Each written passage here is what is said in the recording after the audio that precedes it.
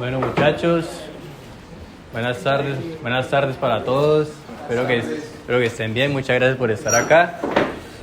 Como ya lo adelantaron David y Hafler, vamos a hablar un poco acerca del ictus isquémico, una actualización de la última guía que salió de la AJA 2026. Entonces espero que todos estén muy atentos y que disfruten la charla.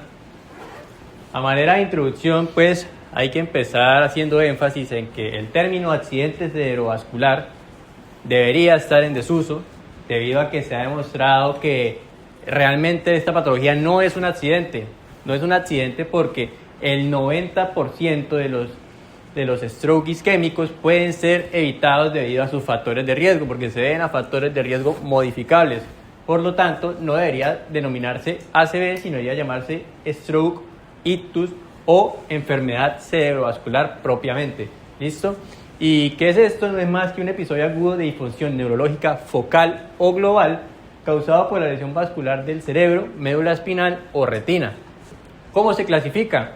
Bueno, tenemos que el stroke se clasifica en infarto del sistema nervioso central, donde vamos a encontrar stroke isquémico e infarto siliente, que se refiere a que se visualiza una lesión isquémica en la tomografía, sin embargo el paciente no manifiesta clínica neurológica.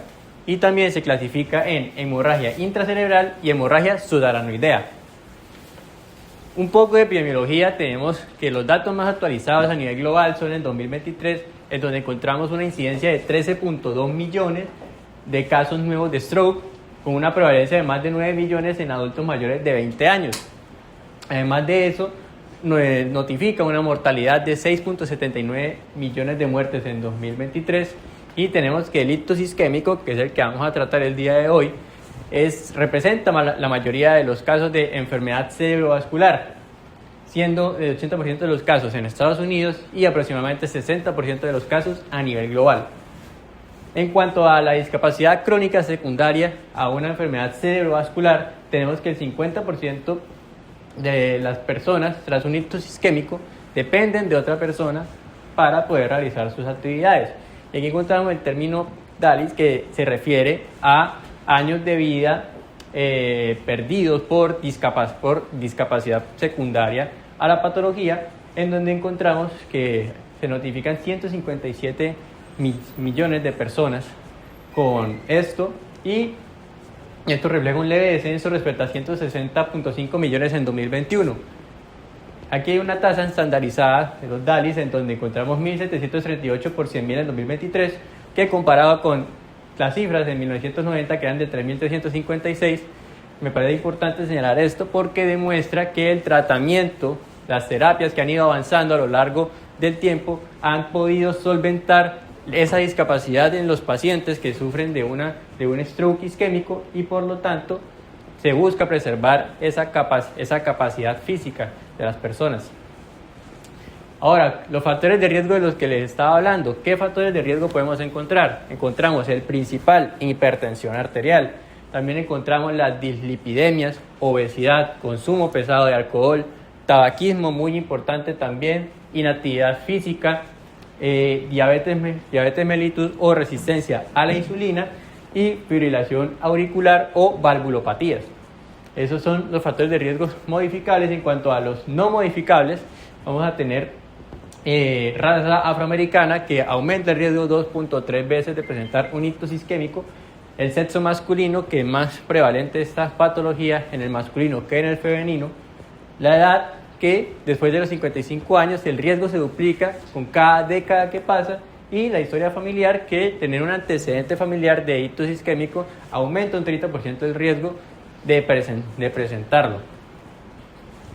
¿Listo? Entonces ahora un poco de la fisiopatología para adentrarnos ya en el ictus isquémico. Tenemos que entender muy bien los conceptos de penumbra y de core isquémico o área de infarto. Entonces, ¿qué nos representa esta imagen que podemos ver a la derecha? Tenemos que el flujo sanguíneo cerebral es normal de 50 a 80 mililitros por 100 gramos de tejido por minuto. Ese es el flujo sanguíneo cerebral normal. ¿Qué ocurre cuando hay un ictus isquémico, ya sea por alguna de estas causas que se encuentran aquí, como una obstrucción de gran vaso por una placa por una aterosclerosis de gran arteria, un cardioembolismo como una fibrilación auricular o una valvulopatía o una oclusión de pequeño vaso debido a hipertensión arterial crónica o diabetes mellitus o a otras causas como disección aórtica y vasculitis. Cuando ocurre una de estas causas, se va a obstruir ese flujo sanguíneo en el cerebro y por lo tanto va a empezar a disminuir. Entonces, al principio va a haber un área de oligoemia en el que el flujo sanguíneo cerebral va a ser de 20 a 50 mililitros por 100 gramos de tejido por minuto y ya posteriormente van a haber áreas que ya no es oligoemia sino penumbra, que la penumbra son neuronas que pierden su actividad eléctrica, sin embargo son neuronas que todavía no están haciendo necrosis. Es decir, esta área de penumbra es la que se busca salvar con el tratamiento rápido del ictus isquémico. Por lo tanto, por eso es que se habla de que el tiempo de cerebro para tratar de preservar esta área de penumbra. Ya el área del core isquémico propiamente es un flujo sanguíneo cerebral menor a 10 mililitros por 100 gramos de tejido por minuto y eso sí ya representa células que están muertas, que hicieron necrosis y que por lo tanto ya es irreversible el daño causado en esta área. ¿Qué es lo que ocurre a grandes rasgos? Pues a grandes rasgos hay una falla energética, una disminución del ATP que termina, como disminuye el ATP, terminan fallando las bombas dependientes de ATP, se produce un edema citotóxico y aumenta el calcio intracelular. Este calcio intracelular me aumenta glutamato, me aumenta más el calcio intracelular y termina activando diferentes enzimas como proteasas, lipasas o endonucleasas, que son las que terminan dañando lo que viene a ser la barrera hematoencefálica y posteriormente terminan provocando una inflamación, una liberación de interleuquinas, de factores de necrosis tumoral y por ende posteriormente la muerte celular, ya sea por apoptosis o por necrosis. Listo. Ahora un poco de la clínica, antes de empezar a hablar propiamente de las recomendaciones que nos da la guía. Hay que recordar que a nivel cerebral tenemos una circulación anterior y una circulación posterior. En cuanto a la circulación anterior, tenemos que representa la mayoría de los casos de stroke isquémico, representando el 70% de los casos aproximadamente, en donde podemos encontrar una afectación a nivel de la arteria cerebral media, que es la que está principalmente afectada. Generalmente la más frecuente es la arteria cerebral media izquierda, que es el hemisferio dominante de la mayoría de las personas, y la que se afecta más frecuentemente es la arteria cerebral media izquierda. ¿Qué vamos a encontrar? Vamos a encontrar principalmente una hemiparesia a nivel de cara y miembro superior del lado contralateral afectado. Y esta hemiparesia o este déficit motor y sensitivo también va a reflejarse más en cara y miembro superior que en miembro inferior. Además de eso, es muy importante porque es como el signo clínico, signo patognomónico de la afectación arterial cerebral media, la afasia, que puede ser afasia de Broca o afasia de Wernicke. La afasia de Broca es la llamada disartria, el paciente no puede articular las palabras, y la afasia de Wernicke es propiamente que el paciente sí puede articular palabras, pero no comprende el lenguaje al momento de que le estén hablando, ¿listo? En cuanto a la arteria cerebral anterior, tenemos que se caracteriza por un déficit motor, pero al contrario que la cerebral media, va a ser un déficit motor del miembro inferior principalmente, además de incontinencia urinaria y abulia. Y en cuanto a la arteria carótida interna, también el signo patognomónico de la oclusión de arteria carótida interna va a ser la amaurosis fugaz. Sin embargo, depende también de la presencia de circulación colateral, que si no tenemos circulación colateral, lo que va a suceder si no hay circulación colateral es un infarto masivo tanto de arteria cerebral media como de arteria cerebral anterior. Listo, esto también es más que todo para que la estudien, si en algún momento tienen que estudiar ACV o quieren repasarlo, que la circulación posterior representa el 20 al 25% de los stroke isquémicos. ¿Qué encontramos en la circulación posterior? Encontramos que se puede afectar arteria cerebral posterior, arteria cerebelosa anteroinferior, arteria cerebelosa superior o las arterias vertebrales. También se puede afectar la arteria basilar y básicamente es la clínica de una ACV de la circulación posterior va a ser diferente a la de la circulación anterior. ¿Qué hay que buscar? Hay que buscar signos como la ataxia, como el nistagmo, dificultad en la marcha del paciente. La alexia sinagrafia también es muy importante. Buscar el síndrome de Horner, parálisis del nervio oculomotor, que son signos característicos de un ictus isquémico de circulación posterior. Aquí pues les dejo como la clínica de cada uno para no ser tan específico, porque no es el más frecuente, el más frecuente es el de circulación anterior. Y aquí pues un breve resumen para repasar. Entonces, si es mayor el déficit motor y sensitivo en brazo y cara que en pierna, arteria cerebral media. Si es al contrario, es arteria cerebral anterior y la amaurosis fugaz de la arteria carótida interna. Y en circulación posterior tenemos que paciente con una hemianopsia y que preserva su función motora, está afectada la arteria cerebral posterior, si hay una disociación sensitiva cruzada, es decir, que una disociación sensitiva en la cara ipsilateral y en el cuerpo, si es contralateral, o sea, la cara es de un lado y el cuerpo es del lado de la afectación de la oclusión, y en el cuerpo es del lado contralateral de la oclusión, pues muy probablemente pueden ser afectadas las arterias vertebrales o la arteria cerebrosa posterior inferior. Listo, y ahora sí, ya para entrar en las recomendaciones de la guía, más importante para entender el manejo del código ictus, el manejo del ictus isquémico. Entonces empecemos con esta imagen que nos muestra que es muy importante el reconocimiento temprano de una enfermedad cerebrovascular, y además de eso es muy importante que se remita prontamente el paciente al departamento de emergencias médicas, al hospital, al centro médico donde vaya a ser atendido. A manera de dato curioso, hay ambulancias en países como Bélgica, ya hay unas ambulancias que son unidades móviles de stroke, que son unidades que tienen tomógrafos en la propia ambulancia, y en estos pacientes se toma de una vez la tomografía, lo que obviamente permite que sea mucho más fácil y mucho más rápida la atención del paciente y preservar esa funcionalidad física. Además de eso, pues es muy importante tomar una imagen prontamente, lo más rápido posible. Más adelante ya vamos a ver en cuánto tiempo iniciar trombólisis o iniciar trombectomía o iniciar ambas en los casos que sea necesario, para poder preservar la función física del paciente lo más que se pueda. Listo, entonces, ¿cómo vamos a hacer el reconocimiento temprano de un ictus isquémico? En primer lugar, vamos a tener unas escalas como el BFAS o como la escala de Cincinnati. Estas escalas realmente la guía no nos dice usen una, use la otra. Lo que hay que tener muy en cuenta es que simplemente hay que reconocer rápidamente un stroke cuando lo hay. ¿Listo?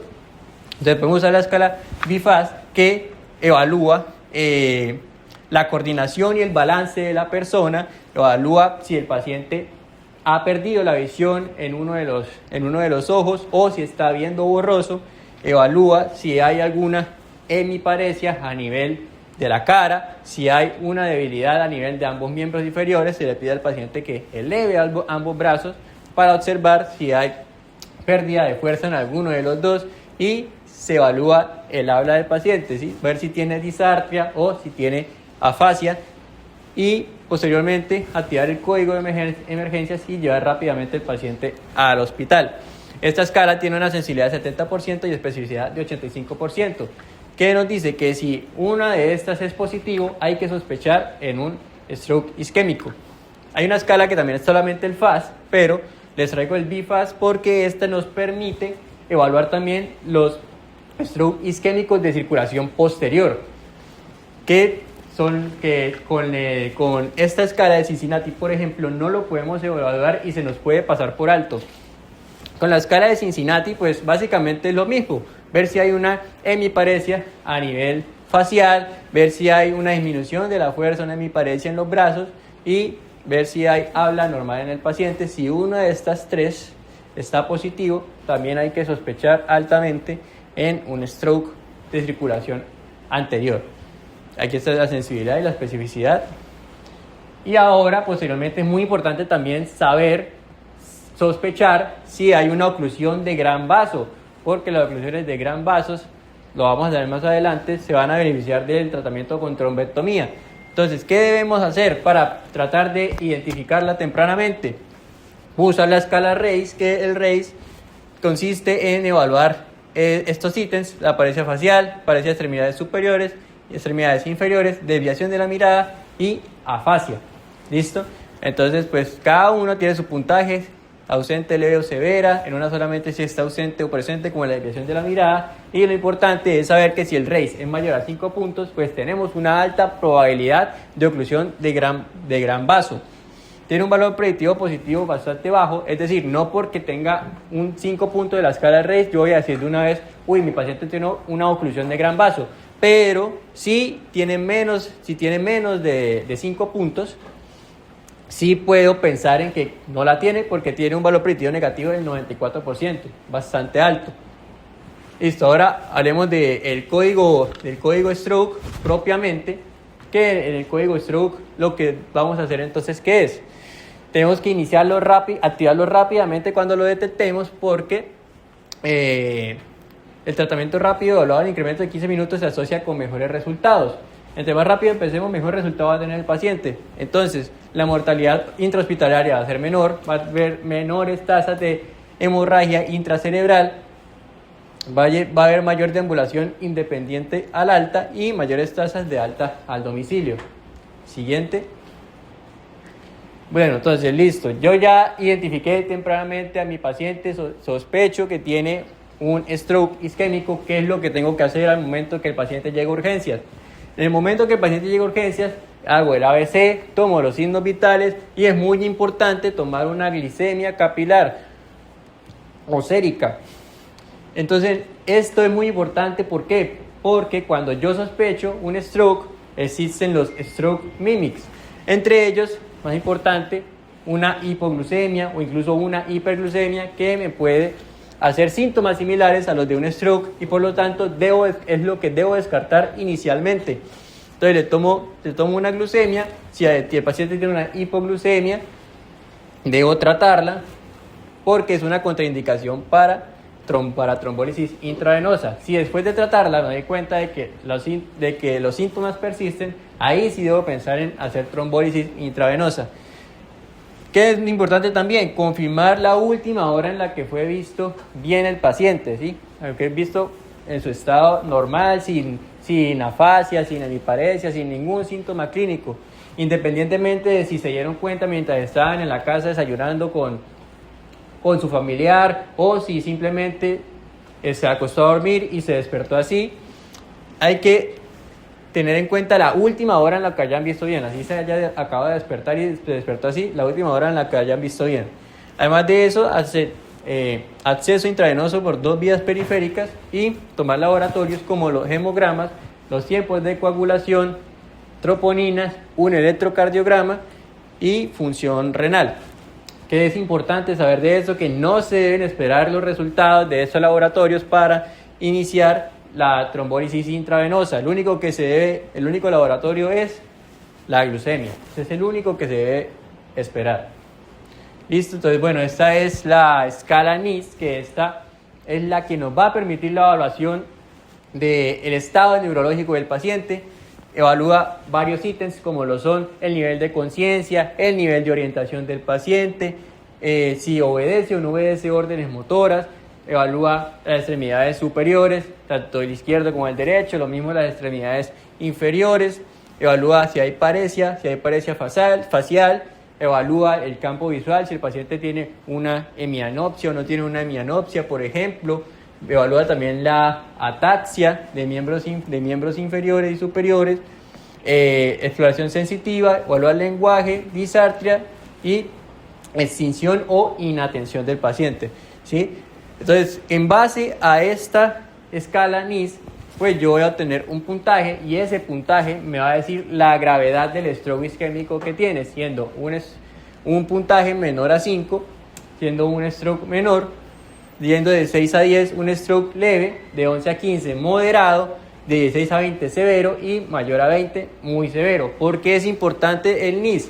Porque además de permitirnos la comunicación entre colegas, de cuantificar el grado de compromiso neurológico, también me va a ayudar a definir qué pacientes son y cuáles no son candidatos a trombólisis intravenosa o trombectomía mecánica. Por ejemplo, un paciente que tenga un NIS mayor a 25, ese paciente no se puede someter a trombectomía mecánica y mucho menos a trombólisis intravenosa, porque estos pacientes ya tienen un déficit neurológico bastante grave, están bastante comprometidos neurológicamente.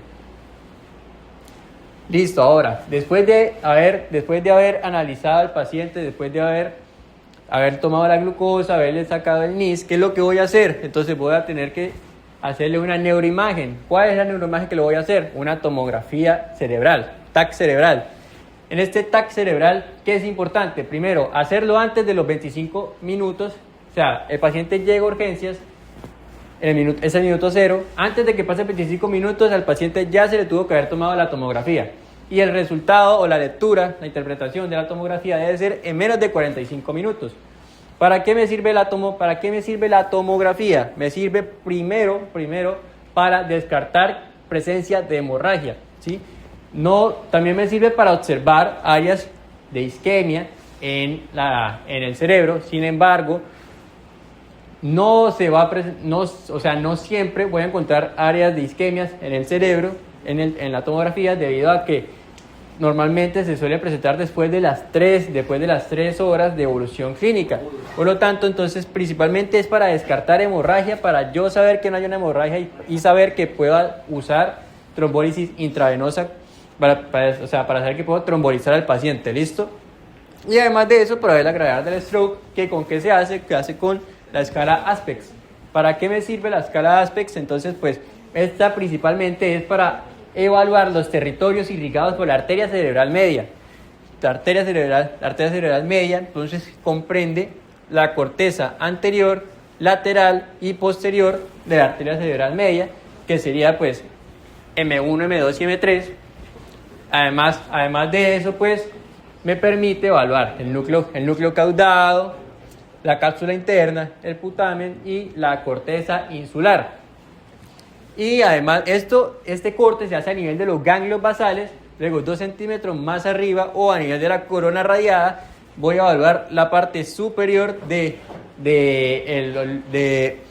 territorio anterior, lateral y posterior de la arteria cerebral media. Entonces, si podemos ver, evalúa 10 zonas, por lo tanto, son 10 puntos en la escala de Aspects. ¿Qué es importante saber de esta escala de Aspects? Que si el Aspects es mayor a 6, el paciente se va a beneficiar de trombectomía mecánica. Si es mayor a 7, el paciente se va a beneficiar de trombólisis intravenosa. Sin embargo, esto es una de las nuevas recomendaciones que nos trae la guía.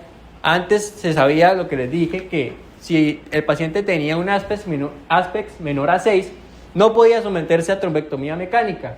Ahora la guía recomienda que en pacientes con un Aspects de 3 a 5 también se pueden beneficiar de la trombectomía mecánica, ¿sí? Infartos grandes te pueden beneficiar de trombectomía mecánica, lo que antes no se tenía. Ya un Aspects de 0 a 2 no se beneficia de la trombectomía mecánica, porque este ya es un infarto muy extenso y no hay evidencia de un beneficio con este tratamiento, ¿no? Y entonces, pues bueno, esta es como para entrar en confianza con ustedes, para que traten de sacarle como el Aspects a esa tomografía, pues recordando cada uno de los territorios que les dije que irrigaba, ¿no? Entonces no sé si alguien se atreve. Como 5. Bueno, entonces yo diría que es grande, yo diría que por ahí 3 o 4. La grande. Va por ahí, sí, perfecto. 4, yo diría como 4. Listo, entonces pues vamos a hacerlo. Entonces, aquí vemos que aquí está M1, M2, M3. Y hay los ganglios. Entonces, pues bueno, los ganglios basales vemos que todos están prácticamente comprometidos. Si cada uno tiene un puntaje 1, aquí ya haríamos 4. M1 y M2 serían 5, 6. M3 está sano, no está comprometido. Entonces aquí llevamos 6. Y aquí, la parte superior de M1 y de M2 vemos que también está comprometido. Entonces llevamos 6 y 2, sería 8. Entonces sería un Aspects de 2. Porque por cada un punto que tenga se le va restando al 10. Entonces, esta tomografía tendríamos un Aspects de 2 y por lo tanto este paciente no se beneficiaría de una trombectomía mecánica. Bueno, aquí está lo que le expliqué ya más gráficamente. Y es muy importante tener en cuenta lo que les está diciendo, estas se las dejé más que todo para que lo estudien, de que en un paciente que me llegue dentro de las primeras 3 horas y yo no encuentre una pérdida de la diferenciación de la sustancia blanca y la sustancia gris, o un borramiento de los surcos, o no encuentre propiamente una hiperdensidad, no puedo descartar, si el paciente tiene la clínica, no puedo descartar una enfermedad cerebrovascular, no puedo descartar el stroke. ¿Por qué? Porque puede que después de esas 3 horas, ahí sí se vaya a manifestar en la tomografía la hipodensidad o el borramiento de los surcos, ¿listo? Y esto pues ya es como una evolución a lo largo de los días, de las semanas, cómo va evolucionando el stroke en la tomografía. Listo. Bueno, entonces si el paciente llegó a urgencia, le tomé la glucosa, le hice el NIS, le tomé la tomografía, con base en la tomografía le saqué el ASPEX, con el ASPEX pues me permite ver qué pacientes sirve para trombólisis intravenosa, qué pacientes para trombectomía mecánica. Y aquí tenemos más neuroimágenes, sobre todo este angiotac, que este sería más que todo para el tratamiento con trombectomía mecánica, que igual ya lo vamos a ver más adelante, pero ya que estamos en la parte de neuroimágenes, ¿qué pasa con el angiotac? El angiotac se usa cuando hay sospecha de oclusión de gran vaso, con las primeras escalas que le mostré que estaba el RACE. Estos pacientes pues son candidatos a trombectomía mecánica en menos de 24 horas. ¿Listo? Entonces, ¿qué es muy importante saber? Primero que si yo le pido creatinina a este paciente, no debo esperar el resultado de la creatinina porque el beneficio es mucho mayor que el riesgo, ¿sí? En primer lugar. Segundo lugar, pues el angiotac se va a hacer antes de la trombectomía mecánica. Pero si yo tengo un paciente que se beneficia de trombólisis mientras se hace la trombectomía mecánica, yo lo puedo trombolizar, luego hacer el angiotac y posteriormente hacer el tratamiento con trombectomía mecánica para este paciente y que así se beneficie el tejido cerebral del paciente. Ahora tenemos también la resonancia magnética con ventana de difusión y ventana FLAIR. ¿Cuándo vamos a usar esta resonancia magnética? Vamos a usarlo en los denominados wake up stroke. ¿Qué quiere decir esto? Un paciente que se acostó a dormir, se despertó y se despertó ya con la clínica de un stroke isquémico y no sabemos en qué momento empezó. Sin embargo, el familiar o el acompañante lo vio, apenas se despertó, se dio cuenta de que no estaba como lo vio ayer y lo llevó rápidamente a la clínica, al hospital, al centro médico. Entonces, en estos pacientes, para yo saber en qué momento empezó el stroke, lo que voy a hacer es esta resonancia con ventana de difusión y ventana FLAIR. ¿Qué significa? En la ventana de difusión yo voy a observar la lesión desde el momento 1, ¿sí? Desde el momento que el paciente tenga un área de isquemia, voy a verla en la resonancia. Pero lo importante es ver la ventana FLAIR, porque si yo tengo la ventana FLAIR y como se observa en esta imagen, no hay ninguna lesión como sí se ve en la ventana de difusión, quiere decir que esa lesión tiene menos de 4.5 horas y por lo tanto el paciente es candidato a trombólisis intravenosa. Caso contrario, de si en la ventana de difusión yo observo la lesión y en la ventana FLAIR también observo la lesión, esto quiere decir que ya tiene más de 4.5 horas y habría que evaluar si el paciente quizás es candidato para trombectomía mecánica o para algún otro tratamiento. Ahora también tenemos la tomografía de perfusión, en donde pues aquí hay varios ensayos. Quiero resaltar el ensayo HOPE de 2025, que es para tratamiento de pacientes con ventana extendida, ¿listo? Entonces, ¿qué pasa con estos pacientes de ventana extendida? Lo que se tiene que tener en cuenta son estos criterios de inclusión que encontramos aquí. O sea, yo tengo un paciente que me llegó después de las 4.5 horas de ventana en la que se puede tratar un stroke isquémico. Si el paciente llega después de estas 4.5 horas, ¿qué es lo que tengo que hacer? Tengo que hacer un TAC de perfusión o una resonancia magnética DWI-PWI. Esto para saber si mi paciente es candidato a trombólisis intravenosa. Entonces, ¿qué debo tener en cuenta? Estos criterios de inclusión, que esto me lo va a dar es la tomografía de perfusión o la resonancia magnética. Entonces, ¿cuáles son los criterios que debemos tener en cuenta? Un área de infarto o core menor a 70 mililitros, un ratio del mismatch entre la penumbra y el core que sea mayor a 1.2, es decir, la penumbra, el área de penumbra debe ser mayor que el área del core isquémico para que pueda someterse a trombólisis intravenosa. También que el volumen del mismatch sea mayor a 10 milímetros y otros criterios que hay que tener en cuenta. Esto es para que lo tengan en cuenta. No creo que esto se aplique aquí en el hospital. No sé si el doctor nos podrá decir qué se hace con estos pacientes que llegan después de la ventana terapéutica para tratar el stroke. Ahorita lo hablamos. Listo, ahorita lo hablamos al final, perfecto. Pero pues estas son las recomendaciones que nos dice la guía, ¿listo? Bueno, aquí otros ensayos, pero esto ya es para el tratamiento con trombectomía mecánica. Entonces, para el tratamiento de trombectomía mecánica encontramos el ensayo Down y el ensayo de FUS 3, que esto es para una ventana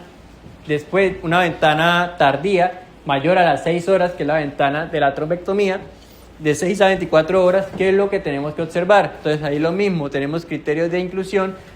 El paciente que me llega después de la ventana de 6 horas, lo que yo voy a mirar es si el paciente tiene, por ejemplo, en el ensayo de FUS3, miraros, si el paciente tiene un core de 70 mililitros, un mismatch mayor a 1.8 y un volumen de mismatch mayor a 15 mililitros.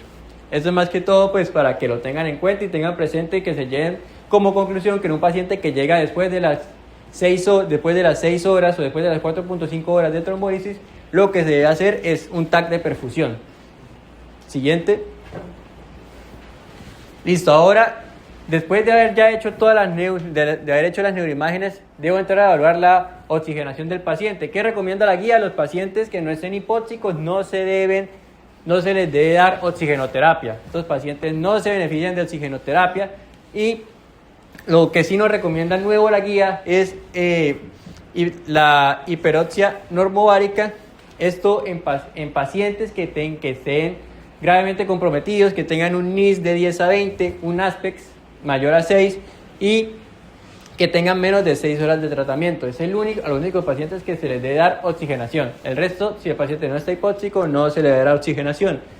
La temperatura pues debe ser menor a 37.5, si está mayor a 37.5 hay que tratarla.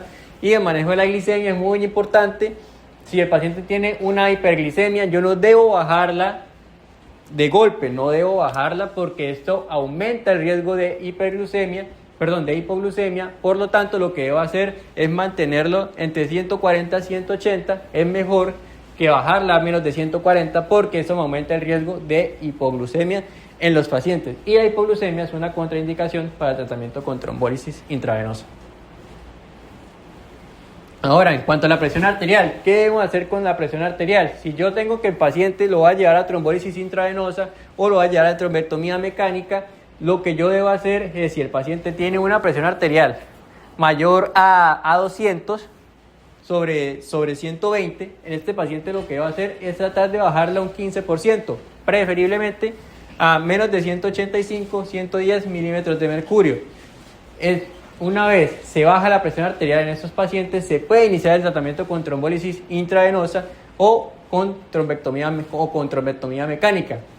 Luego de que el paciente se somete a las terapias de reperfusión, yo debo mantener la presión arterial menos de 180, 105 por al menos 24 horas.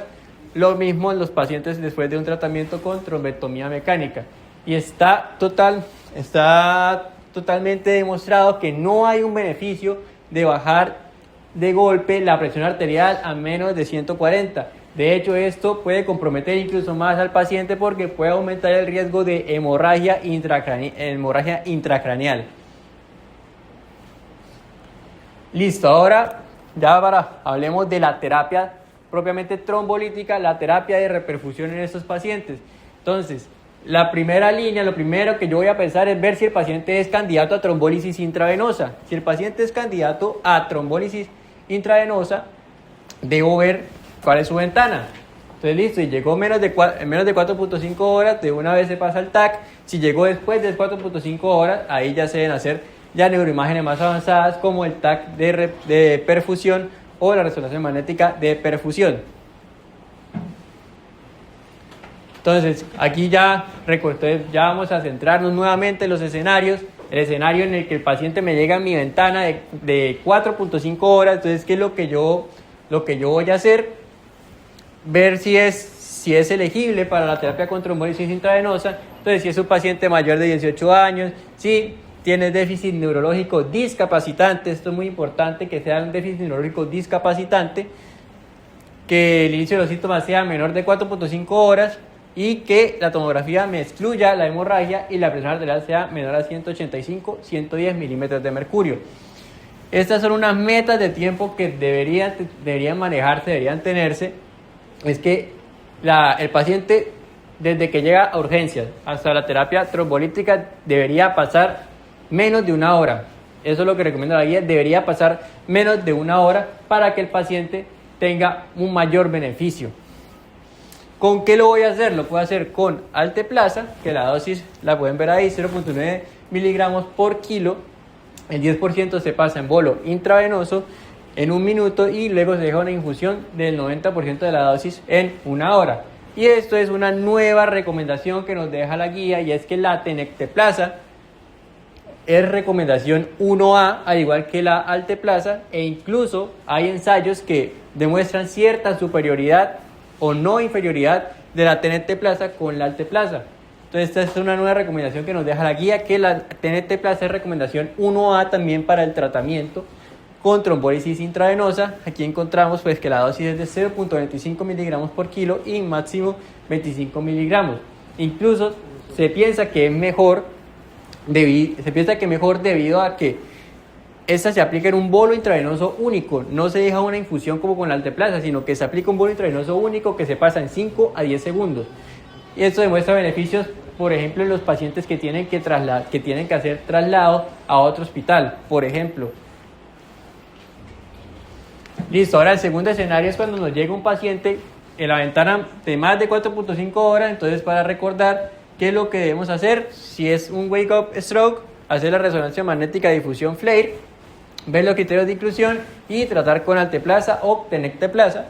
Si llega entre 4.25 a 24 horas, entonces es un wake-up stroke, sino que haya demorado mucho en llegar el paciente al hospital. Ahí ya se debe hacer el TAC de perfusión o la resonancia magnética de perfusión, ver los criterios que les nombré anteriormente y posteriormente, si cumple con los criterios, tratar con alteplasa o tenecteplasa. Entonces este es escenario 3. Una trombólisis intravenosa como terapia puente en pacientes que se benefician de una trombectomía mecánica. Recordemos, trombectomía mecánica se usa para oclusión de gran vaso. Sin embargo, si yo tengo un paciente que me llega en ventana temprana, antes de las 4.5 horas, y a este paciente se beneficia de la trombectomía mecánica, pero la trombectomía mecánica no se va a realizar de una vez, sino va a tardar en realizarse. En esos pacientes yo puedo pensar iniciar terapia con trombólisis intravenosa posteriormente que sí se haga la trombectomía mecánica. Como lo dice aquí, la recomendación fuerte de trombólisis intravenosa más trombectomía mecánica es superior a la trombectomía mecánica sola si el tiempo de inicio es menos de 2 horas y 20 minutos. Entonces, si se inicia rápidamente la trombólisis intravenosa y posteriormente, ya después de 1 hora, por ejemplo, que se demore en realizarse la trombectomía mecánica, ahí se demuestra el beneficio de la trombólisis intravenosa. Caso contrario a si yo voy a realizar la trombectomía mecánica de manera rápida, por ejemplo, en un paciente de ventana mayor a 4.5 horas, si yo voy a realizar la trombectomía mecánica de una vez en el paciente, pues no debo hacer la trombólisis intravenosa antes. Como lo muestra en esta imagen, si yo hice la trombólisis intravenosa y 15 minutos después hago la trombectomía mecánica, esto no demuestra ningún beneficio. El beneficio se demuestra si yo en un paciente que debo trasladarlo a otro centro médico para que se le haga la trombectomía mecánica, entonces yo a este paciente diga, venga, pues bueno, empecemos haciendo la trombólisis intravenosa para que pueda incluso ir resolviendo el cuadro y hacer que sea más fácil la trombectomía, para luego 1 hora después, 45 minutos después, o lo que se demore, realizar la trombectomía. Bueno, esto pues ya para que lo recuerden, la tenecteplasa es recomendación 1A, al igual que la alteplasa. Más allá de las 4.5 horas, hay que hacer la resonancia magnética de perfusión y la terapia de bridging es que se puede usar tanto trombólisis intravenosa como trombectomía mecánica. ¿Listo? Vale, ahora el cuarto escenario, esto también es una nueva recomendación de la guía. Si yo tengo un paciente que no tiene un stroke que le ocasione una discapacidad, es decir, si tengo un NIS menor a 5 y este paciente no demuestra ninguna discapacidad física, ese paciente no se beneficia, o sea, no hay una inferioridad entre el tratamiento con terapia antiplaquetaria y trombólisis intravenosa. Entonces, yo tengo un paciente sin discapacidad, sin limitación física, que tiene un NIS menor a 5. En estos pacientes, yo lo que debería hacer es iniciar tratamiento con aspirina más clopidogrel por 21 días. Esta es la terapia que yo voy a hacer en los pacientes con un ictus isquémico no discapacitante. Ahora, ¿qué hago en los pacientes que consumían previamente anticoagulantes? ¿Qué debo hacer con estos pacientes? ¿Qué es importante saber? Es importante saber que estos pacientes sí debo tener muy en cuenta los tiempos de coagulación, sobre todo en un paciente que tenga consumo de warfarina o de heparina o que presente una coagulopatía. Estos pacientes yo debo ver el INR,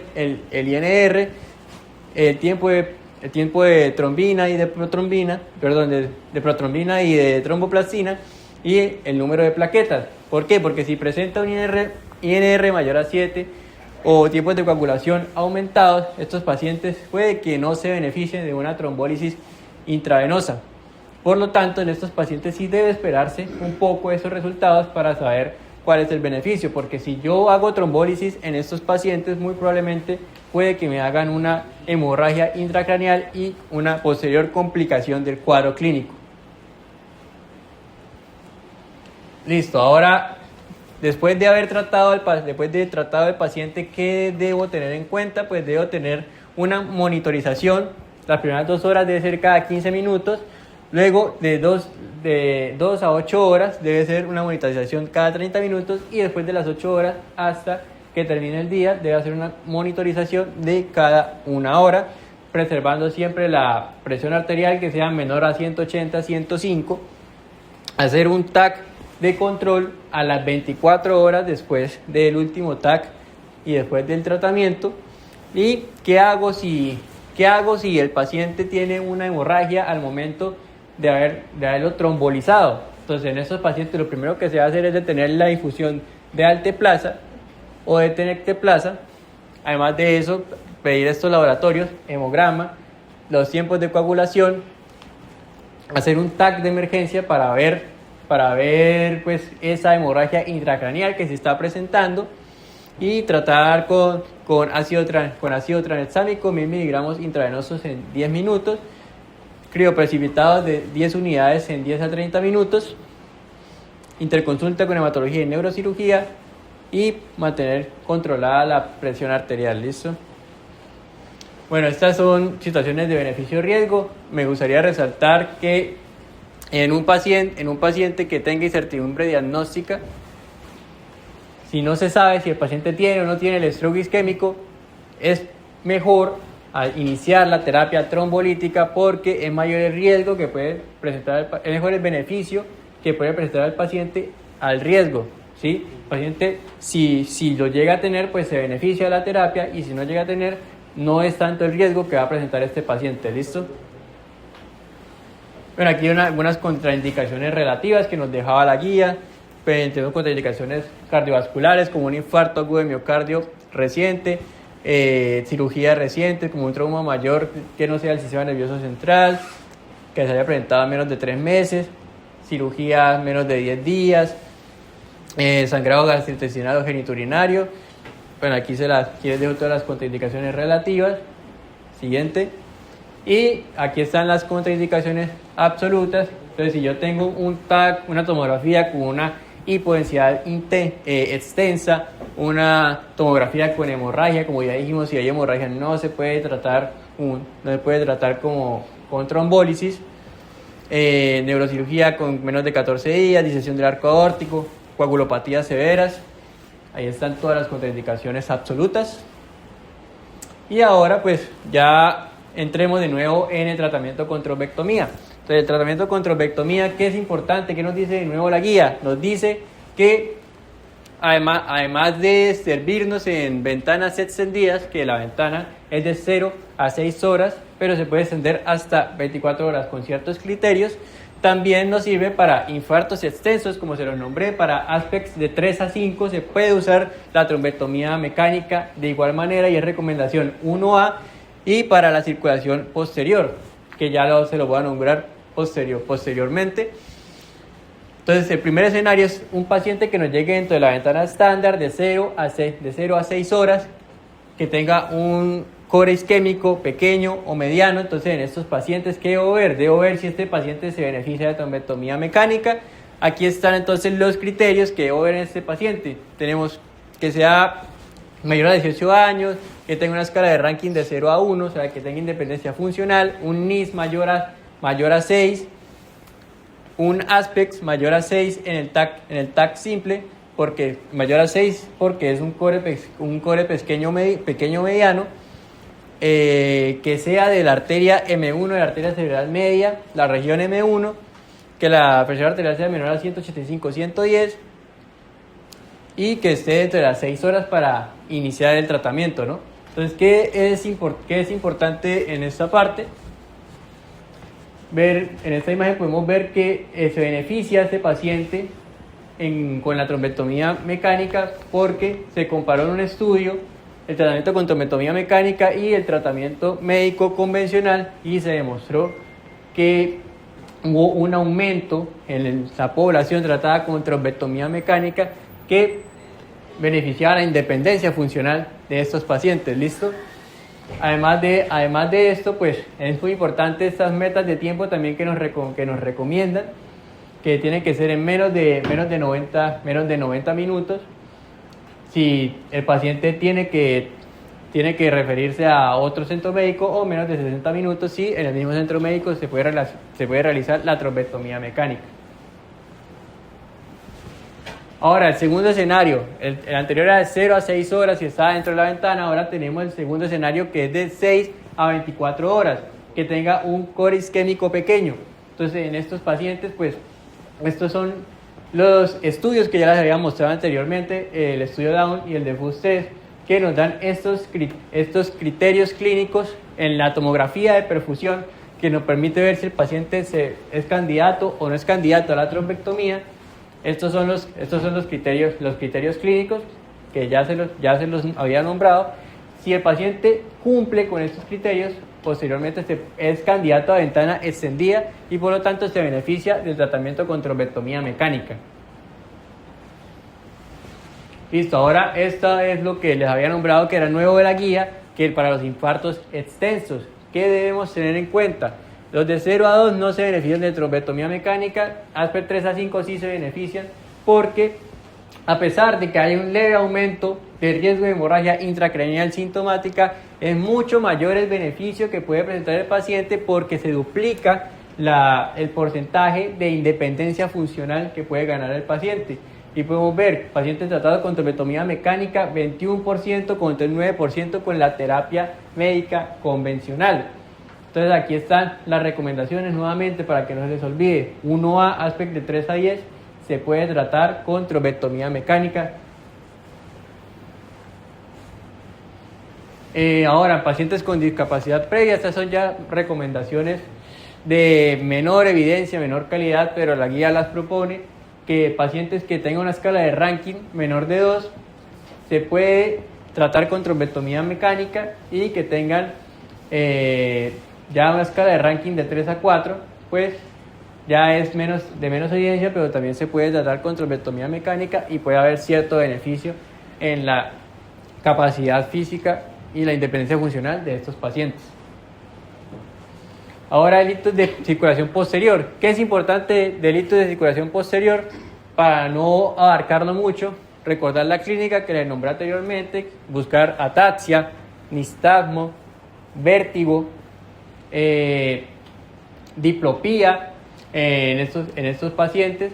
Además de eso, pues en estos pacientes no vamos a calcular el ASPEX, sino vamos a calcular el PC-ASPEX, que esto se revisa más que todo, no con un TAC, sino con una resonancia magnética de difusión, y nos dice que un puntaje mayor a 6 predice un pronóstico favorable para los pacientes con tratamiento con trombectomía mecánica. Entonces el PC-ASPEX, que comprende, pues nos mira los tálamos, los lóbulos occipitales, mesencéfalo, el puente y el cerebelo. Nos da al igual que el ASPEX, un puntaje de 10. Siguiente. Entonces, ¿qué quiero que se lleven de las recomendaciones importantes de la guía? Que la oclusión de arteria basilar se puede tratar con trombectomía mecánica. Esto no estaba en la anterior guía, esto es nuevo, por lo tanto es crucial que lo tengan en cuenta. ¿Qué deben ver en estos pacientes con oclusión de arteria basilar que se observe en la resonancia? Pues primero, que esté en una ventana de 0 a 24 horas. Además de eso, que el ASPEX sea mayor a 6, que es el que nos demuestra un pronóstico favorable en el paciente, y que tenga una escala de ranking pre-stroke de 0 a 1. Además de eso, ¿en qué pacientes se va a demostrar el beneficio? El beneficio se demuestra en los pacientes con estos criterios, que además tengan una escala NIS, un puntaje mayor a 10. Si el puntaje es menor de 10, el beneficio es incierto, no está demostrado. En caso contrario, si el paciente tiene una escala NIS mayor a 10 y estos criterios, este paciente va a demostrar un gran beneficio con el tratamiento con trombectomía mecánica para la oclusión de arteria basilar. ¿Listo? Y además de eso, también, que es muy importante, los pacientes con oclusión, con un stroke de circulación posterior, la circulación posterior es más resistente a la isquemia que la circulación anterior. Esto también es muy importante, la circulación posterior es mucho más resistente. Entonces, ¿qué es lo bueno? Que yo en los pacientes en los que sospecho un stroke isquémico de circulación posterior, yo puedo no hacer una tomografía de perfusión o una resonancia magnética de perfusión. Simplemente si yo hago una tomografía o una resonancia en un paciente con sospecha de stroke de circulación posterior, puedo iniciar automáticamente el tratamiento. Es decir, en un paciente sin oclusión, con una oclusión de pequeño vaso, o sea que no tengo una oclusión de gran vaso, estos pacientes yo le hago la tomografía o la resonancia, observo que en la imagen hay un área isquémica, yo puedo iniciar automáticamente telecteplasa o alteplasa sin necesidad de hacer una tomografía de perfusión. ¿Por qué? Pues porque les digo, es más resistente a la isquemia y por lo tanto estos pacientes pueden beneficiarse de esta terapia. Eso es lo que debes contar. Algunas complicaciones agudas pues se pueden tratar con manejo quirúrgico.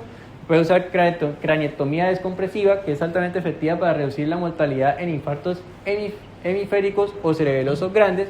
Y terapia farmacológica, está contraindicada la glibenclamida y los corticosteroides para el tratamiento del edema cerebral. Y ya para terminar, ¿qué debo tener en cuenta para la prevención de un stroke isquémico? En primer lugar, tener en cuenta lo que les dije al principio: el 90% de los stroke isquémicos son atribuibles a factores de riesgo modificables. Por lo tanto, yo debo procurar que el paciente modifique el estilo de vida.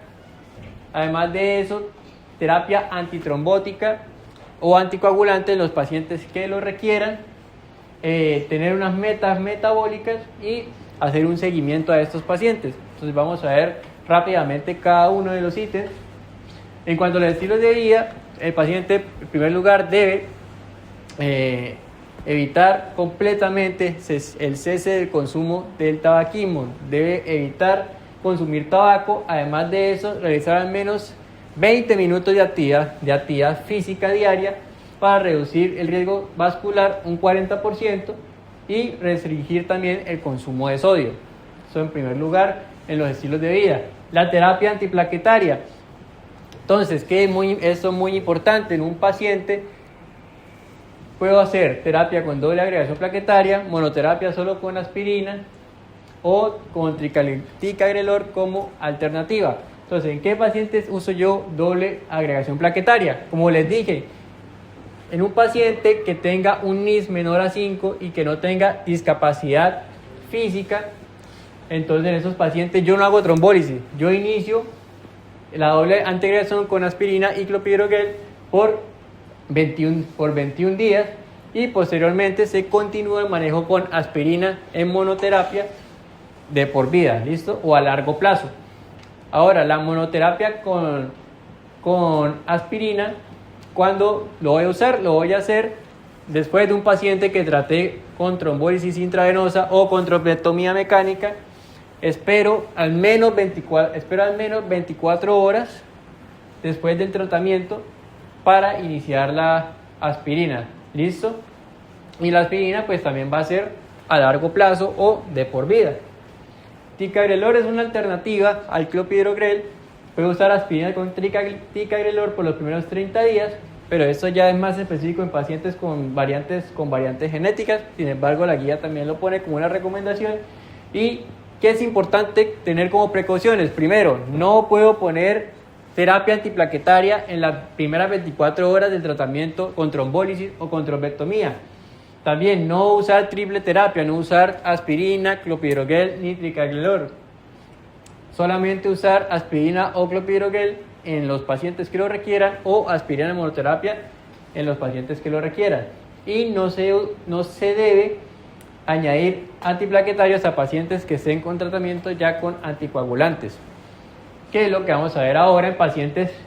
Eso era no lo nombré, pero la terapia antiplaquetaria es en pacientes con un ACV no cardioembólico. Si yo tengo un ACV cardioembólico, puede ser por una fibrilación auricular o por una valvulopatía que haya presentado el paciente. Entonces, ¿cómo es el tratamiento en estos pacientes? Pues yo primero, la primera línea son los anticoagulantes directos. Anticoagulantes orales directos es la primera línea. También debo tener en cuenta en pacientes que se prefiere el uso de la warfarina. ¿En qué pacientes se prefiere la warfarina? Pacientes con válvulas cardíacas mecánicas, estenosis mitral moderada grave y trombos en el ventrículo izquierdo. Importante, ¿cuándo inicio yo los anticoagulantes? Lo inicio esto también es una nueva recomendación de la guía que nos decía que se iniciaba entre 7 y 14 días posterior a la terapia. Sin embargo, ahora se ha demostrado que un inicio más temprano, alrededor de los 4 días, puede presenta no inferioridad al inicio del tratamiento de los 7 a 14 días. Además de eso, no combinar con los antiplaquetarios, y aquí ya son otras intervenciones que están en evaluación, que es la oclusión del apéndice auricular izquierdo en pacientes con fibrilación auricular y alto riesgo de sangrado. Siguiente. Aquí las metas metabólicas que debemos tener en cuenta, y la tensión arterial debe estar preferiblemente menor a 130/80. El LDL debe estar menor a 70 miligramos sobre decilitro. Se puede usar estatinas como terapia farmacológica para estos pacientes, y la glucemia debe tener una hemoglobina glicada menor a 7%. Y bueno, esto ya pues intervenciones quirúrgicas como la revascularización carotidia en pacientes con esterosis carotidia mayor al 50%. Se puede intervenir con endarterectomía, y el paciente debe tener una visita cada 3 meses como control de seguimiento después de haber presentado un stroke isquémico. Listo, muchachos, eso sería todo. Muchas gracias por la atención.